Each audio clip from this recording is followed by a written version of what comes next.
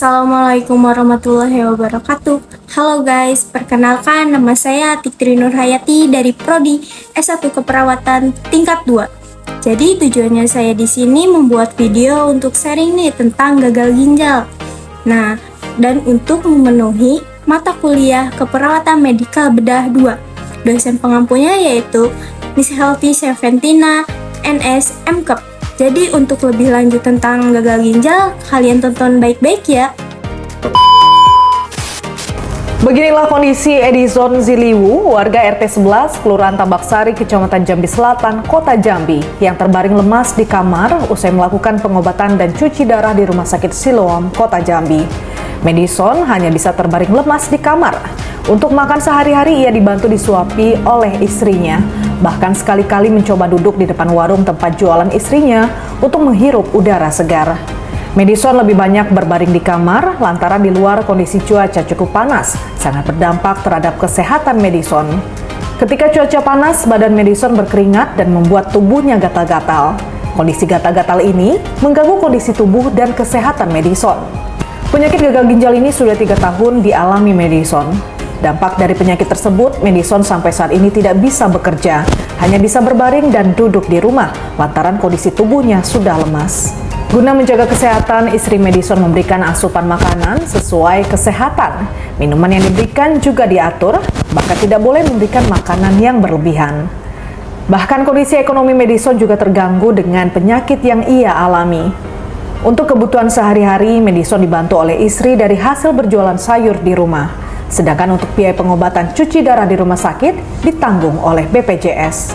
Selain berjuang dengan penyakitnya, Madison juga mengeluhkan kondisi alat yang tidak memadai di Jambi. Bahkan Madison terpaksa berobat ke Palembang, Sumatera Selatan yang harus mengeluarkan biaya lebih besar lagi. Untuk sekali berobat ke Palembang, Madison bisa mengeluarkan biaya 5 juta rupiah. Untuk biaya sewa transportasi dan penginapan, lantaran biaya transportasi dan penginapan tidak ditanggung.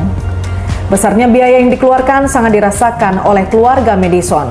Apalagi awal-awal sakit, rutin bolak-balik ke Palembang untuk berobat. Selain biaya yang besar dikeluarkan, Madison dan istri juga mengeluhkan jarak tempuh dari Jambi ke Palembang yang membutuhkan waktu 9 jam, ditambah kondisi jalan rusak dan macet. Banyak hal yang miris dihadapi Madison selama pengobatan ke Palembang, bahkan sempat kritis lantaran pecah pembuluh darah. Selama perjalanan darah terus keluar dan hanya dilap pakai tisu, sehingga membuat badannya lemas dan sampai di rumah sakit Palembang, kondisinya sudah kritis dan harus dirawat secara intensif beberapa hari di rumah sakit Palembang. Selain itu akses vaskular kadang terganggu dan harus dibawa keluar. Selain itu minimnya dokter spesialis. Harapan kita sih kalau bisa dokternya itu bisa-bisa ya diadakan di Jambi ini kan, aja seperti daerah lain lah, jangan sampai kita keluar kan ngabisin duit. Minimnya dokter spesialis ini yang harus membuat Madison berobat keluar Jambi. Bahkan hal yang sama juga dirasakan oleh rekannya sesama gagal ginjal yang harus berobat ke Jakarta. Jumadi, Aan Prianto, Kompas TV Jambi. Jadi, latar belakang gagal ginjal merupakan proses kerusakan fungsi organ ginjal yang menurun atau tidak berfungsi selama rentan waktu lebih dari 3 bulan menurut Muhammad tahun 2012. Jadi pasien gagal ginjal yang menjalani hemodialisa mengalami permasalahan baik secara fisik maupun psikologis. Adanya masalah psikologis yang dialami bisa menyebabkan kecemasan, depresi, dan stres, maka diperlukan motivasi dan dukungan untuk mendorong penderita supaya mau melakukan pengobatan rutin, yaitu menjalani hemodialisa dengan tujuan memperpanjang usia. Motivasi bisa dari diri sendiri, sosial, maupun keluarga terdekat.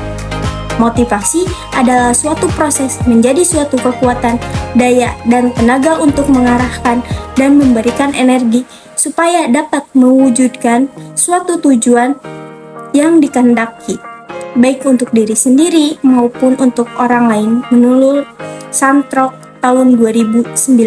Baik, di sini ada poin kedua yaitu pengertian dari gagal ginjal. Pengertian dari gagal ginjal itu yaitu suatu kondisi penurunan fungsi ginjal dalam menyaring limbah sisa metabolisme tubuh dari dalam darah dan membuangnya melalui urin.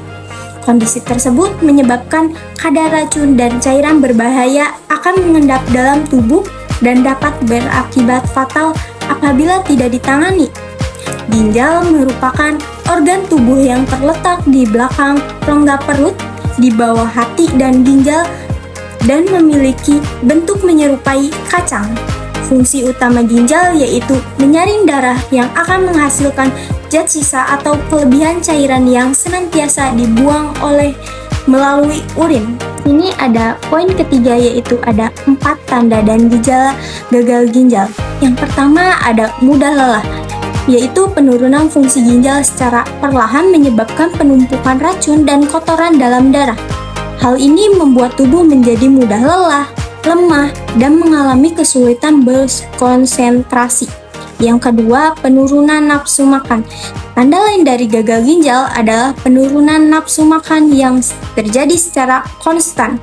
Gejala ini merupakan salah satu gejala yang cukup umum dan bisa disebabkan akibat penumpukan racun dalam tubuh. Yang ketiga, yaitu keluarnya darah ketika buang air kecil. Salah satu prosedur dari fungsi penyaringan dalam ginjal adalah memisahkan limbah dari darah yang kemudian diproses menjadi urin. Ketika ginjal mengalami penurunan fungsi, maka prosedur ini terganggu, sehingga seringkali membuat darah bercampur ke dalam urin. Selain menandanya adanya kegagalan fungsi ginjal, kondisi ini bisa diindikasi penyakit lain, seperti batu ginjal atau infeksi. Yang keempat, yaitu pembengkakan pada area mata.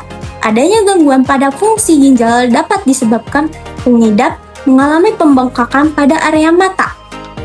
Hal ini terjadi karena ginjal membocorkan protein dalam darah yang membuat pembengkakan pada beberapa bagian tubuh selain adanya pada area mata. Poin keempat yaitu ada pencegahan gagal ginjal. Yang pertama yaitu rajin beraktivitas fisik dan berolahraga agar badan tetap bugar. Yang kedua, menjaga kadar gula darah tetap normal. Yang ketiga, menjaga tekanan darah tetap normal. Yang keempat, menjaga berat badan ideal. Yang kelima, minum air putih 8-10 gelas per hari. Yang keenam, tidak merokok. Yang ketujuh, tidak konsumsi obat anti nyeri dalam jangka panjang tanpa anjuran dokter. Yang kedelapan, periksa fungsi ginjal secara berkala. Dan terakhir yaitu poin kelima, yaitu ada kesimpulan dari gagal ginjal, yaitu bahwa kondisi tersebut mengakibatkan penurunan fungsi ginjal dalam menyaring limbah dan cairan dari darah, yang dapat menyebabkan berbagai komplikasi kesehatan yang serius. Pengelola kondisi ini sering melibatkan pengobatan untuk mengendalikan penyebab yang mendasarinya, serta perawatan yang terfokus pada menjaga keseimbangan cairan dan elektrolit dalam tubuh. Dalam beberapa kasus, dianalisis atau transplantasi ginjal mungkin diperlukan untuk menggantikan fungsi ginjal yang hilang. Sayangilah ginjal Anda dengan pola hidup sehat mulai dari sekarang ya. Cukup sekian untuk pemaparan tentang gagal ginjalnya. Semoga bermanfaat untuk kalian. Semoga jangan lupa untuk menjaga pola hidup kalian semua agar terhindar dari gagal ginjal. Untuk kurang lebihnya, mohon maaf bila ada salah kata. Wabillahi taufiq wal hidayah. Wassalamualaikum warahmatullahi wabarakatuh.